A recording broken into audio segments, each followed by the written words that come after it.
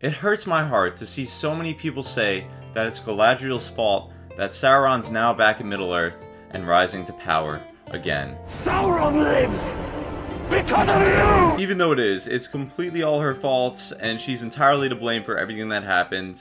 But Galadriel doesn't seem to feel the same way. You deceived me. I told you the truth. Based on the fact that she says the same thing in the new trailer, He deceived me. it seems like her lack of accountability will follow her into the new season. So I thought it might be interesting to dive into the unending trench that is Galadriel's delusional state of mind, and try to understand this whole ordeal from her perspective. By comparing the claims that Galadriel and Halbrand make in episode 8 to the actual scenes associated with those claims, let's try to understand just exactly how Sauron deceived Galadriel.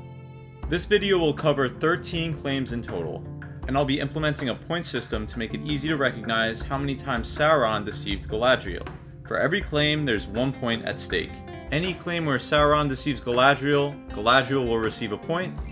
Anytime Sauron is telling the truth, and Galadriel deceives herself, Sauron will get the point. But since we're viewing this from Galadriel's perspective, Galadriel should easily have 13 points by the end of this video. So with that being said, let's do this thing.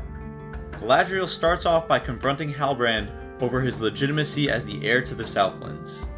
The whole season, Galadriel has been trying to convince Halbrand to become king of the Southlands because he's carrying a crest that apparently belonged to the old king of the Southlands. Around your neck. Is that the mark of your people's king? My people have no king. But if they did? She is convinced that since he is carrying this crest, it means with certainty that he is the heir to the throne. Your people have no king, for you are him. Like, she acts like this is all the proof in the world that would be needed to prove someone is the long-lost king of the Southlands. King of the Southlands. King of the Southlands. That's all you need, this little pouch with a crest on it. But what do I know? I've been roaming the lands of Middle-earth for hundreds of years. Year gave way to year. Century gave way to century. So I'm just gonna go ahead and assume that people in Middle-earth just don't carry pouches with little crests on them unless they're royalty. That's the only way. It's the only way he could have this. The lost heir in exile to the throne of the Southlands. So imagine just how shocked Galadriel would have had to have been when she found out that the king of the Southlands had no heir. There is no king of the Southlands. King of the Southlands. The line was broken. The last man to bear your crest died over 1,000 years ago. He had no heir. Alright, Halbrand better have a good reason why he has this crest he's been carrying around. Like, why would this Southlander be in possession of this crest belonging to a Southland king? If the king's lineage was broken, why would would he have this? I told you I found this on a dead man. No. That's a bold claim, Halbrand. But let's see what he really said. You are more than you claim. I found this in the Hall of Law. Many ages ago, a man bearing that mark united the scattered tribes of the Southlands under one banner. That's funny. I found this on a dead man. Thought the pattern suited me. Okay, so as it turns out, he said that he found this crest on a dead man off the bat. I mean, this Southland kid literally wanders into a barn house and finds an ancient evil key sword, so seems like it's not too hard to come across antiques in the Southlands, that's all I'm saying. But, since he never explicitly states that he's unrelated to the king, My people have no king. But if they did? this is clearly an act of deceit. Point Galadriel. Let's see the next claim. No, on the raft, you saved me. On the raft. You saved me. So after the encounter with The worm. Halbrand rows over a raft and helps Galadriel back on board. But I don't see this as a full save, I'm going to count it as just a half a save. And then during the storm, Galadriel is sinking to the depths of the ocean, and Halbrand dives down to free her. So I'd say that's about 1.5 saves. But Halbrand may have meant save in a more metaphorical sense, like we see in this scene. Thank you, Galadriel, for saving my life. As you saved mine. Our scales are balanced. No, you've done far more than that for me. I'd all but given up. But you believed in me. You saw strength in me. You pushed me to heights that no one else could have. Well, technically she dragged you to new depths, but whatever. I think in this instance, actions speak louder than metaphor, so I'd say Halbrand saved her. Point, Galadriel. You saved me. You convinced Miriel to save the men of Middle-earth. You convinced her. I wanted to remain in Numenor. Galadriel now claims that Halbrand was the one to convince Miriel to send her troops to Middle-earth and fight for the Southlanders. Did she now? While Halbrand claims that he wanted to remain in Numenor and wanted no part in going back to Middle-earth. Let's see. Look around you. This is a paradise, ripe with opportunity. You really expect me to leap with you back into the furnace? I have been searching for my peace for longer than you know. Please, for both our sakes, let me keep it. You're asking me to go to the one place that I swore never to return.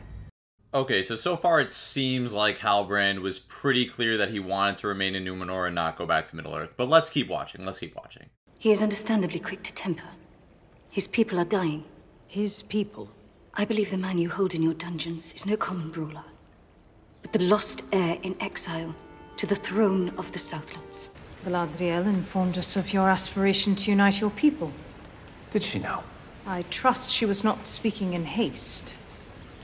As a matter of fact, it was my intention. Companion is merely feeling the weight of his task. I have no doubt, come time, he will do his part. You used me. After I all but begged you to let me be. I have just convinced Numenor to send 5 ships and 500 men to aid your people and place a crown upon your head. Many might assume you used me. Some may interpret this as blackmail, but there may be some legitimacy to what Galadriel's saying here. This could be a classic example of no means yes. Find another head to crown. No means yes is essentially a form of reverse psychology that's often used by victims when... Oh wait, not victims. Halbrand is evil. He's not a victim of Galadriel. Think of it as playing hard to get. Oh god. Oh god. And that's exactly what Halbrand's doing here. He knows exactly how little Galadriel likes to listen to other people's advice. So when he says no, she hears yes. Watch in this scene as Halbrand convinces Galadriel to exploit people's fears for her personal gain. It seems to me that you do well to identify what it is that your opponent most fears. And exploit it. No. So how can we be surprised when Galadriel uses this exact same tactic against Halbrand himself? Many might assume you used me. When he says, "I'm begging you, please stop asking me to go back to Middle-earth. I swore never to go back there. It would be really bad if I go back there." She hears... The king in the north! All hail! The king in the True north! King of the Southlands! All hail to the true king of the Southlands! All hail to the true king of the Southlands! Now watch this scene where Galadriel apologizes for the blackmail, then immediately continues to pressure him to go back to Middle-earth with her. I was wrong to use you. A man can only admit when he was wrong and ask forgiveness. For that I am sorry. So Halbrand doesn't say that he accepts her apology, so by not saying anything he's basically saying this. There's nothing to forgive, my lord. Tomorrow, the Queen will call you to audience. Your voice at that meeting may well decide whether this mission stands or falls. There will be more fights to come. Help me. I think I've helped you quite enough. Wow, what great acting on the part of Sauron. He knows that the more he resists, the more Galadriel will push to get him to go to Middle-earth. It was all part of the plan. Even though he could just say yes and then he could go.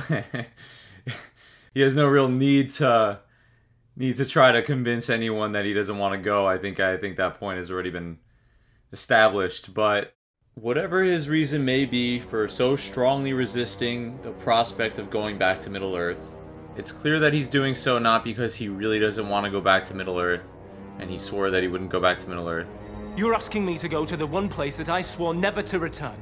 It's that he has more to gain by seeming like he doesn't actually want to go.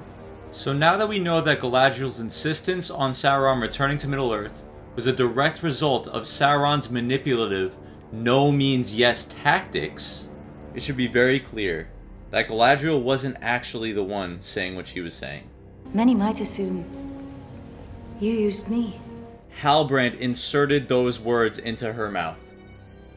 Easy point for Galadriel. You fought beside me. Against your enemy. And mine. So here we can see that Galadriel is understandably confused as to why such an unapologetically evil being such as Sauron would be fighting alongside someone as noble and virtuous as her. Who is this mortal who speaks to me as if he has the slightest idea who I am? But it's important that we remember, even when Halbrand is doing good deeds, such as saving Galadriel from drowning, or trying to save people from a pyroclastic flow, thanking Elendil for saving him, Captain, my gratitude. while also getting Galadriel her knife back, showing restraint when provoked. Maybe he and the she-elf aren't so close after all. Wager she'd prefer someone of better breeding.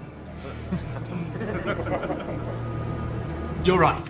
Next few rounds on me. Showing a lot of, normal human emotions. You're not so bad, Lowman. He's only doing so because it's all part of his incomprehensibly elaborate and evil scheme. First off, let's see if Sauron actually even dislikes Adar like he says he does. Stop! We need him alive. I need him alive. Put it down. Okay, it does look like he wants to kill him. One cannot satisfy thirst by drinking seawater. But if he was so willing to kill him here, then why does he save Adar from Galadriel in the next scene? Perhaps I shall begin by killing you. You slavering orc. Galadriel. But wait, then why did Galadriel say that she needed him alive? I need him alive. Perhaps we should bring our prisoners into the sunlight. Oh, for the torture. But you shall be kept alive, so that one day I will whisper in your piked ear that all your offspring are dead. Also, we don't even know if Galadriel was actually going to kill him here. It could have been another instance where she's just threatening someone with a knife, like she did to Elendil. Suppose the words never managed to escape your throat. And then I guess she didn't have a knife in this situation, but, to Miriel and the whole Númenórean court. Because of the implication. Our ancestors were not given anything. They paid for this isle with the blood of their kin. What the elf means. Then if blood be the price of passage, I will pay it. But one way or another, I will depart. So, I welcome you to try. I have no need of your welcome. And you are quickly wearing out yours. Guards! alright, I'm getting off track here. So yes, it seems they both see Adar as an enemy. But since Halbrand didn't explicitly say that not all evil characters are on the same side all the time, this is clearly an act of deceit. Point Galadriel. Next. Okay, now we got Sauron claiming that he's Galadriel's friend, but Galadriel is saying that he can't be your friend because he's friends with Morgoth.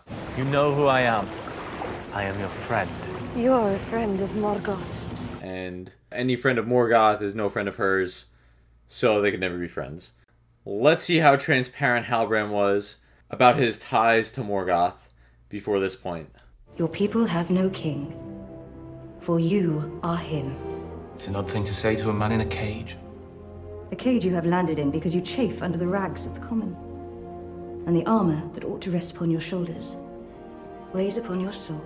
So when she says that he's chafing under the rags of the common, she's basically trying to tell him that he's no lowly peasant. He's way better than that. He's a powerful being. He ought to be in the position that he deserves. But then Halbrand replies with a pretty good reason why he feels it might be dangerous for him to be in a position of power, and it might not be such a good idea. Be careful, Elf. The heir to this mark is heir to more than just nobility.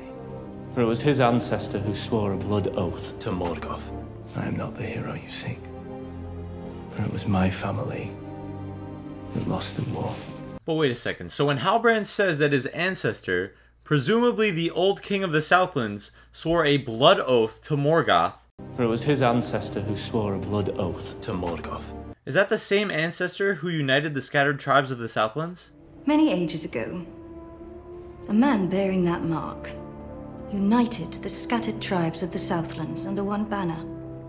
So he didn't unite the tribes to fight against Morgoth, he united them to join Morgoth?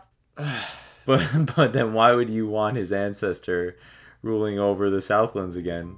Why would he want that, Galadriel? Wait. No. This is deception. This is somehow deception. Let me try to find a way to rationalize it. Give me a sec. Okay. Even though Galadriel knew the former king was loyal to Morgoth, just because someone's ancestor was an evil king, it doesn't mean that they'll be an evil king. But it does mean that they still should be king. Because the credentials of being king aren't based on virtue, or lack thereof. They're based on if your ancestor was a king, or if they weren't a king. If they were a king, then you should be king, because you share the same blood, and you have the same crest. Okay, now based on these established credentials, I could see how Galadriel would think it's a good idea to reinstate a ruler whose family crest is directly tied to a blood oath sworn to the most evil being ever created. You're a friend of Morgoth's. No penance could ever erase the evil you have done. Oh man. But then what? You know what? Fuck it. Point Galadriel. Fuck trying to rationalize it. Just fucking give it to her. Fucking Christ, man.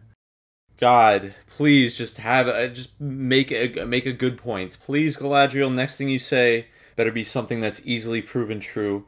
I can't do any more mental gymnastics. I'm hitting a breaking point. I feel my brain melting, and please just make a claim that isn't easily disproven in 2 fucking seconds. No penance could ever erase the evil you have done. That is not what you believe. Do not tell me what I believe. No, you told me.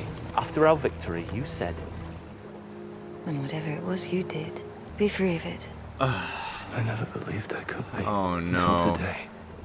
Whatever I'd done before, I could be free of it You now. deceived me. I told you the truth. Alright, well, we're skipping that one. We're gonna switch that claim to something else. Sometimes it's just best to ignore and deny. I told you that I had done evil and you did not care. Dude, he better be fucking lying here. I swear to fucking Christ, if he did actually say that he did evil and Galadriel didn't care, I don't know. Stop fighting me, and together let us fight them. Not so long ago, men like me were fighting alongside them. Men like you, not you yourself. Okay, awesome point. Yeah, so long as Halbrand doesn't explicitly say that he fought alongside them and that Galadriel's wrong about what she just said, then there would be no indication that he was actually on their side. Men like you, not you yourself. You're wrong. God, fuck. You don't know what I did before I ended up on that raft. You don't know how I survived. Now we all survived. And when these people discover it, they will cast me out. So will you. Sometimes to find the light, we must first touch the darkness. It would seem I'm not the only elf alive that's being transformed by darkness. Now, some people may say that Galadriel is not listening in any way, shape, or form to anything that Halbrand is saying. Not at all heeding these warnings in the slightest. She's just really just not listening. I have been searching for my peace for longer than you know. Please, for both our sakes, let me keep it. Some people may say that. I could understand how it could seem like he's being completely transparent here, but it's actually pure deception. It's always important to remember that Sauron is the evil one. By clearly warning Galadriel that inserting him into a position of power will be problematic, he is actually lowering her guard. By displaying humility and the ability to self-reflect, he's actually distorting Galadriel's perception of him to make it seem like he is a virtuous and very human individual. Halbrand. Don't start. So obviously Galadriel runs away with this point with lightning speed. Okay, we're reaching that midway point. After 6 claims, the score is currently 6-0 Galadriel. What a surprise. Next thing up is Halbrand basically claiming that he was under control of Morgoth, and after Morgoth was defeated, that's when he started becoming a bro, and that would explain his bro-like behaviors, and he's not evil, and that he wants to heal Middle-earth now, whatever that means. Bromley. Well, I said, sure, no less. This one's pretty straightforward because Galadriel's not opening her damn mouth to ruin it. So all we're left with is what Halbrand is saying. Thank fucking God. When Morgoth was defeated, it was as if a great clenched fist had released its grasp from my neck. And I knew, if ever I was to be forgiven, that I had to heal everything that I had helped ruin. This is easy. If you wanted to heal, then maybe you would learn how to become a healer or a painter like those stupid elves that don't actually heal flesh wounds. We call them artificers. Most wounds to our bodies heal of their own accord, so it is their labor instead to render hidden truths as works of beauty. For beauty has great power to heal the soul. But what do we see him try to do? He tries to become a blacksmith in Numenor. I'm here to start anew. I will shovel coal if needs be. I'll splinter wood. I will shape the sea anchor for you, free of charge. I'll suck your dick like what the... Lend me that chance, please. So what are you going to be healing at the forge, Halbrand? Your flail? Who are you trying to fool with this one, bro? Come on. -1 point for Sauron for not even trying to conceal this stupid lie. It's fucking dumb. Oh yeah, also a very important thing about the Numenorian guild system. You need your guild crest if you want to be able to forge steel in Numenor. But until you've earned your guild crest, you can't forge steel in Numenor. Yet another example of a very crest-centric system. Again, so we're reinforcing that idea that crests are very important. It's going to come back later, I promise. So then Halbrand makes some speech about how someone's future is more important than someone's past, and I just don't care. I don't know. I don't know where he's getting this from. I don't even know. I told you that I had done evil and you did not care. Because you knew that our past meant nothing. Weighed against our future. Just point Galadriel for that. I'm hitting a breaking point. I am hitting a breaking point. All others look on you with doubt.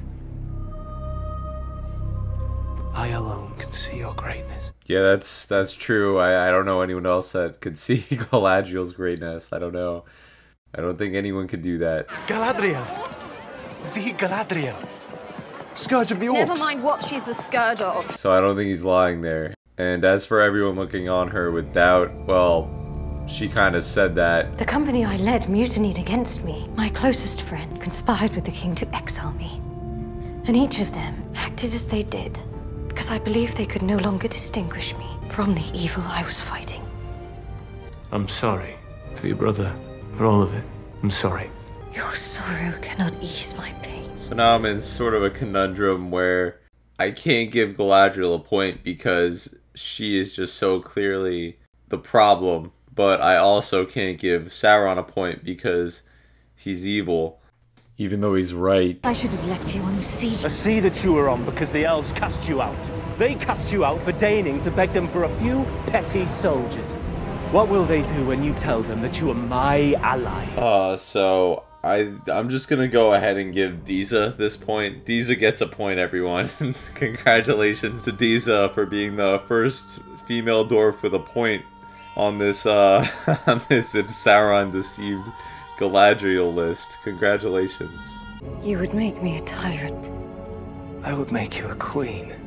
So a funny thing about the word tyrant, its original definition was illegitimate ruler, which I just find so interesting considering that Galadriel has been trying to insert an illegitimate ruler into the Southlands. The lost heir in exile to the throne of the Southlands. This entire season. Like, watch this scene as Halbrand clearly does not want to say that he's the long-lost king of the Southlands. Is it true? Are you the king we were promised? So he looks over to Galadriel, and she gives him that look like, you better fucking say this shit. It is true. The prince that was promised. But, to be fair, if Sauron was king, yes, and Galadriel was his queen, then she would also be an illegitimate queen by association. So technically she's right. Technically she's right. Point Galadriel. And you, my king. The Dark Lord. No. Not dark. Not with you at my side. You know, he might be right about this one. It seems like if you were to put Galadriel next to him, Sauron would look less dark by comparison. So... fair as the sea and the sun. stronger than the foundations of the earth. But that's deceptive phrasing, because you would think that it means that Galadriel's gonna provide him with light. No, she's gonna provide him with way more darkness. Point Galadriel. You're dark and you're massive and you have a black hole. You told me once that we were brought together for a purpose. Yeah, she did say that. She did say that, and she made it seem like a really big deal, like it was some sign from the gods. Ours was no chance meeting. Not fate, nor destiny, nor any of the words men use to speak of the forces they lack the conviction to name. Ours was the work of something greater. You must see it. A force so great that men cannot give it a name, for they lack the conviction to do so. That's pretty important. That's pretty important, Galadriel. Oh my god, she really sold it. I don't know who to give a point to right now. I don't know. What are we giving points to again? What's the point? Together, we can save this Middle Earth. Save. Or rule. I see no difference. Wow, I'm so surprised that Sauron wouldn't be able to see a difference between saving and ruling, after Galadriel kept on trying to convince him to save the Southlands by becoming king and ruling over the Southlands the entire fucking season. Once again, like, what the fuck, Galadriel? What do you expect me to do here? Point Sauron, and you know what? Give him all of Galadriel's points. Give him every one of Galadriel's points, because at this point, I just can't take anymore. Can't take any more points. I'm done. I'm fucking done. I can't with this dumbass elf. She is just so stupid. Sauron lives because of you! Yeah, if you want to comment or something, you can do that. You can totally comment below if you want to. And if you don't want to, that's okay. I'm Medium Beetle. Oh, se am nieves eternas.